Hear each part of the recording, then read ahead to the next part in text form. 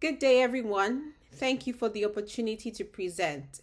My name is Dr. Uduakobong Essien, and today I'll be walking through our study, Computational Identification of Bioactive Small Molecule Modulators from Gongronema latifolium, the Utazi Leaf, targeting the ZO-1 PDZ1 domain for intestinal barrier stabilization.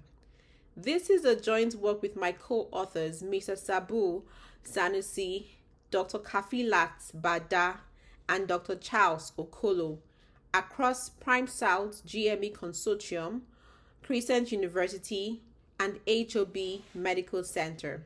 Let's get right in. We'll move through background on tight junctions, our rationale for stabilization over inhibition, the methods pipeline, docking result for our two lead compounds, the molecular dynamics and free energy results, which is where the strongest evidence comes from, and close with conclusions and next steps. Tight junctions seal the space between adjacent epithelial cells, controlling what passes between them rather than through them. When disrupted, the epithelium becomes leaky, a recurring feature in inflammatory bowel disease, infections, and related conditions. Restoring and reinforcing that barrier is a shared therapeutic goal across GI, infectious, and inflammatory disease research. ZO-1, also called TJP1, is a scaffold protein. It organizes and stabilizes the tight junction complex from the cytoplasmic side rather than spanning the membrane itself. Its PDZ1 domain directly binds the C-terminal peptide of claudin, effectively anchoring it in place. We use the crystal structure of this domain, PDB4YYX, as our docking target. Here's where our approach diverges from typical drug discovery. Most strategies targeting protein-protein interfaces work by blocking them. Think oncology targets. But a tight junction interface isn't something you want to break. It's something you want to reinforce. So we asked, could a small molecule stabilize the ZO-1 PDZ1 claudin interaction instead of disrupting it? A less explored but more physiologically appropriate strategy for this kind of barrier.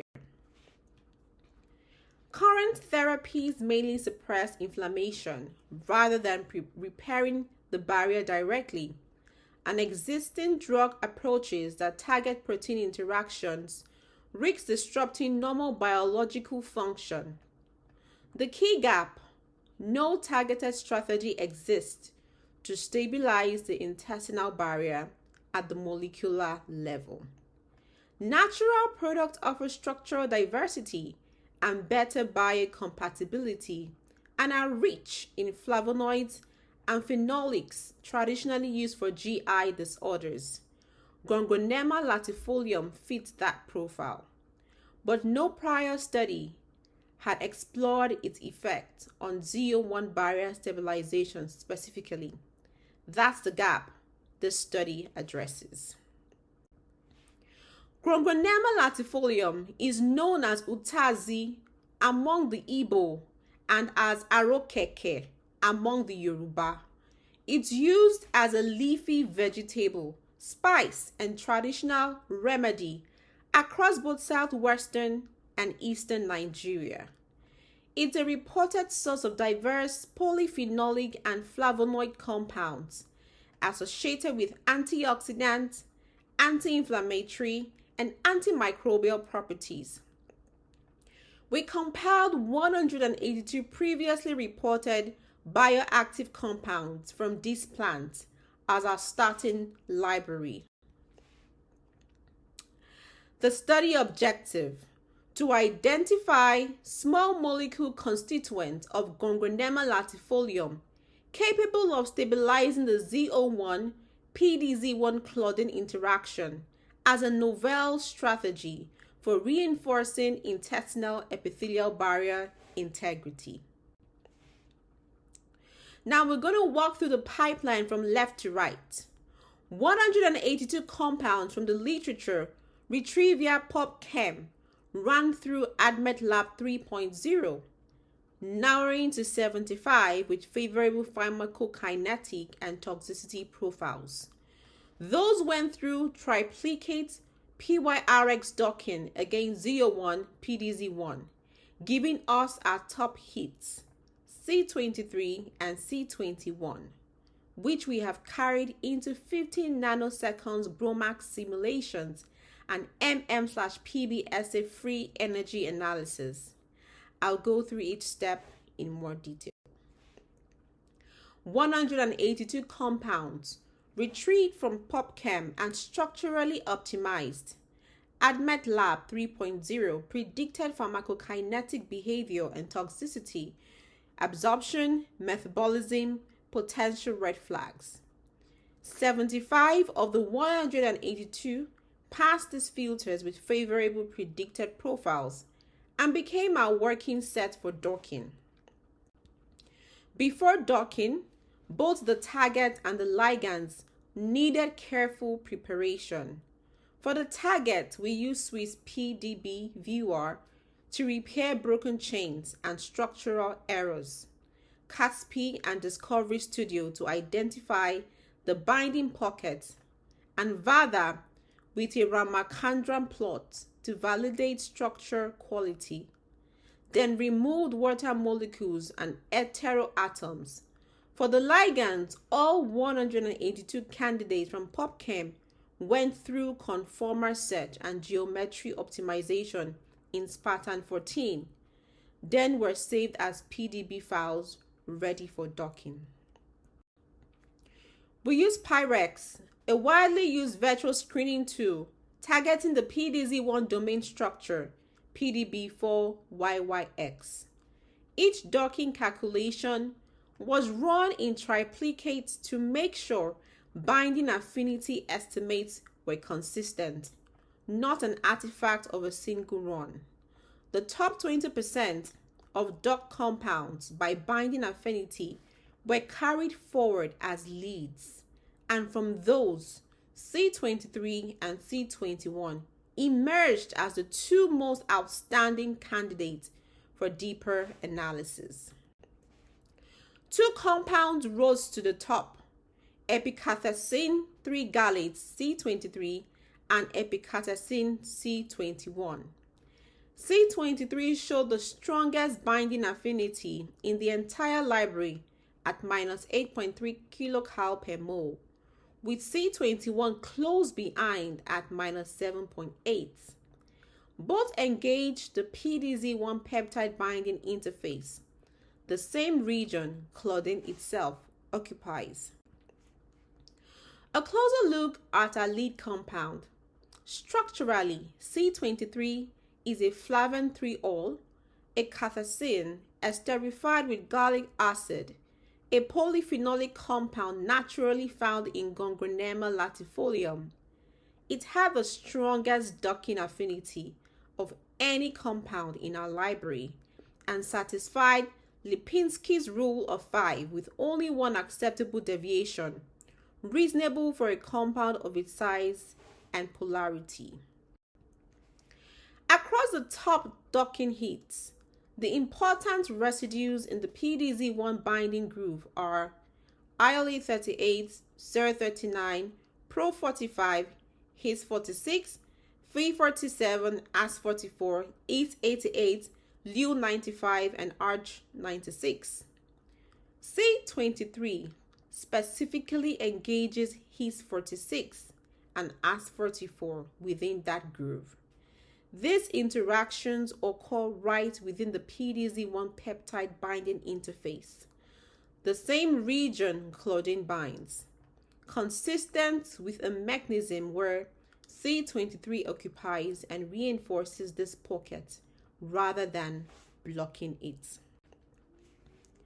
C21 shows a very similar binding pattern, minus 7.8 kcal per mole, sharing 3 hydrogen bonding residues with C23, S44, S72, and glue 51, plus the same hydrophobic contact, Val 55, Arg 74, within the PDZ1 binding groove.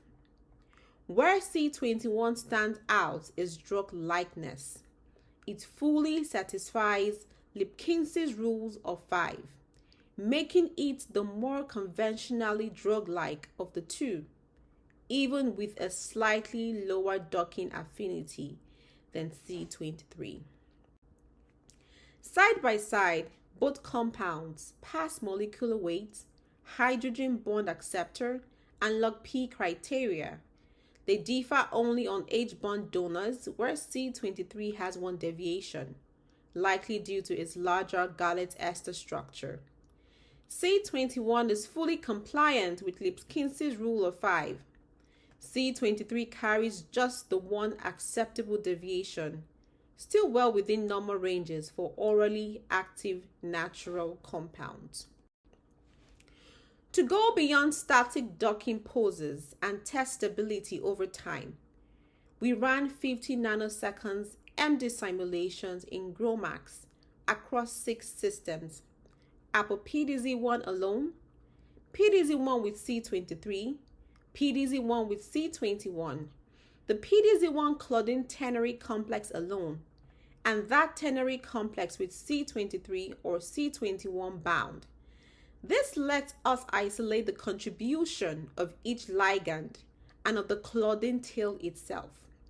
We assess stability via RMSD, RMSF, radius of gyration, and SASA, and quantified binding strength via MM/PBSA, free energy decomposition.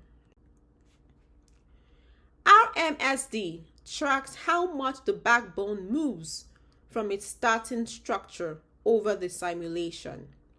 The C23 bound ternary system in green settles into the lowest, tightest RMSD, around 0.3 nanometers after about 30 nanoseconds.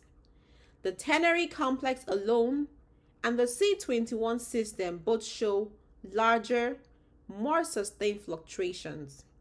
This is our first evidence that C23 confers real structural stability. This slide shows residue-wise flexibility across the 3 ternary systems.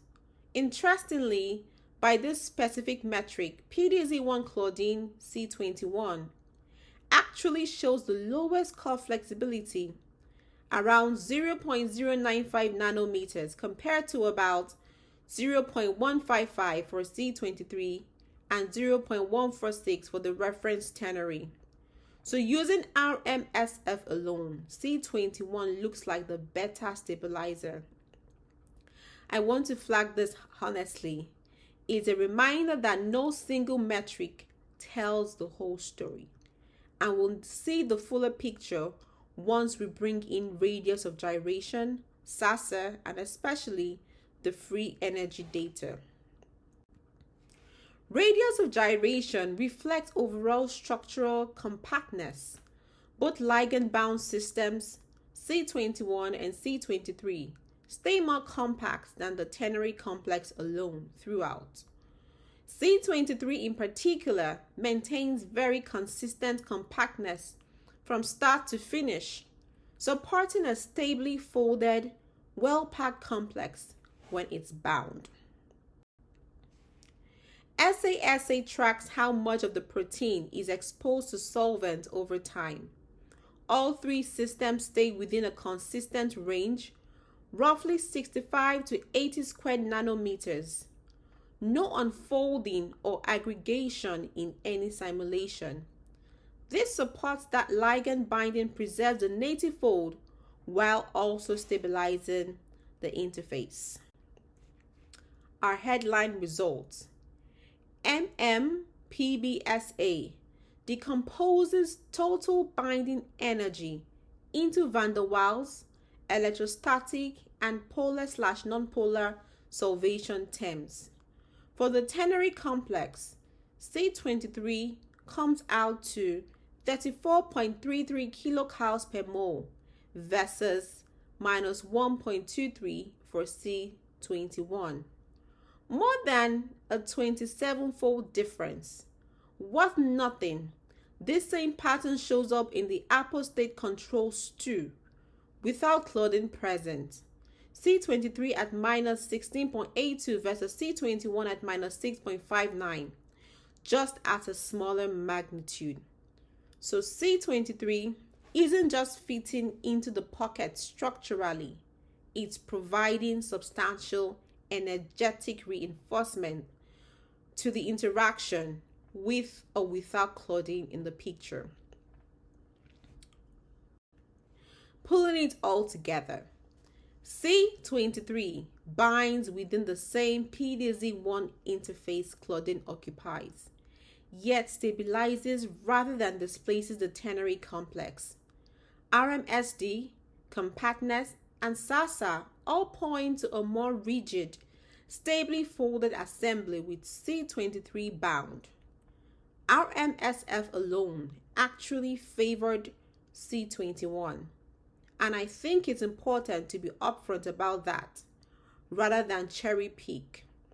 No single metric tells the whole story, but the free energy picture is the most decisive evidence we have, and it's overwhelmingly in C23's favor in both the ternary and apostate comparisons.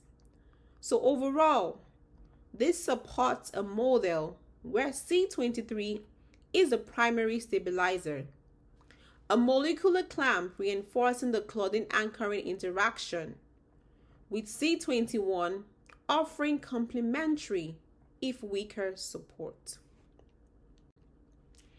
Epicatecin 3-gallate C23 is a promising small molecule stabilizer of the ZO-1 PDZ1 claudin interactions with epicatecin C21, showing supportive complementary activity.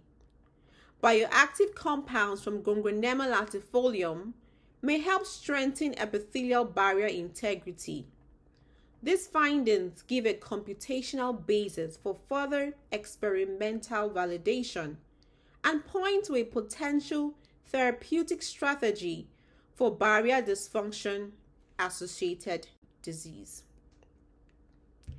As with any computational study, these are predictions requiring experimental validation, SPR or ITC binding assays, cell-based tear assays for actual barrier function, co-immunoprecipitation to confirm the interaction biologically. In vivo or organoid studies would confirm functional effect. Profiling C23 against related PDZ domains would check selectivity, and SAR studies could help optimize the scaffold further. Here are the key references that informed our background and method sections. Happy to share the full list afterward if anyone would like it for their own reading. Thank you very much for your attention. I'd be happy to take any questions, and my contact information is on the screen if you'd like to follow up afterwards. Thank you.